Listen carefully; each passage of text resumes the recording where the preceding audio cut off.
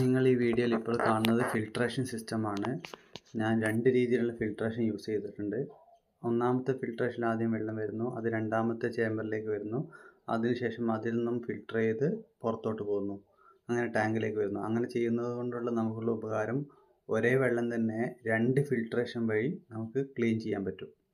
അപ്പോൾ ഒന്നാമത്തെ ഫിൽറ്റർ കഴിഞ്ഞ് എന്തെങ്കിലും പാർട്ടികൾ ഉണ്ടെങ്കിൽ രണ്ടാമത്തെ ഫിൽറ്റർ കൂടി അത് ഫുൾ ക്ലിയർ ചെയ്യാൻ പറ്റുന്നതാണ്.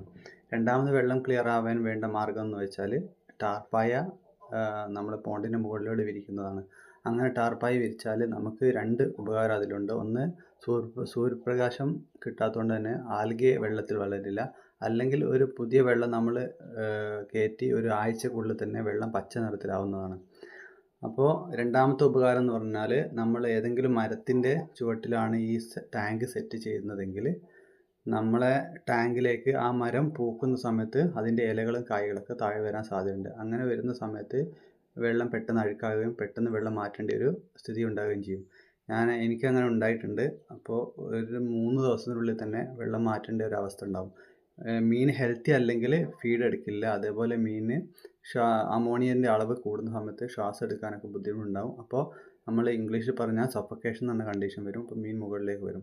ഇപ്പോൾ നിങ്ങൾ കാണുന്നത് ടാർപ്പായിൻ്റെ മേലെ മാവ് പൂത്ത സമയത്തുള്ള പൂവിൻ്റെ പൊടിയും അതേപോലെ ഇലകളുമാണ്. ഇത് വെള്ളത്തിൽ വരുന്ന സമയത്ത് അമോണിയൻ്റെ അളവ് കൂടുകയും മീനിന് ഹാനികരമാവുകയും ചെയ്യും. അപ്പോൾ ഞാൻ ഈ ടാങ്കിൽ യൂസ് ചെയ്യുന്ന ഒരു ഫിൽട്രേഷൻ പമ്പാണ് ഇതിൽ കാണുന്നത്. ഇത് 1100 ആവശ്യമായ ഒരു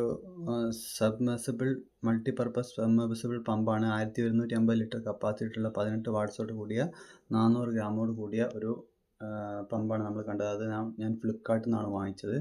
അതുവഴി നമുക്ക് വെള്ളം ഫിൽട്ടർ ചെയ്തെടുക്കാൻ പറ്റുന്നതാണ്. പിന്നെ മീനിന് കൂടുതൽ ഭക്ഷണം, അതായത് അവർക്ക് ഉള്ള പെല്ലറ്റ് കൂടുതലായി കൊടുക്കാതിരിക്കുക. മീൻ എന്തെങ്കിലും ഫീഡ് കഴിക്കാതെ നിൽക്കുന്നത് കണ്ടാൽ നമ്മൾ അപ്പം തന്നെ നോട്ട് ചെയ്യണം. ഹെൽത്തി ഫിഷ് എപ്പോഴും നല്ല ഫീഡ് കഴിക്കും, അതേപോലെ നല്ല മൂവ്മെൻറ്റും ഉണ്ടാവും അവർക്ക്.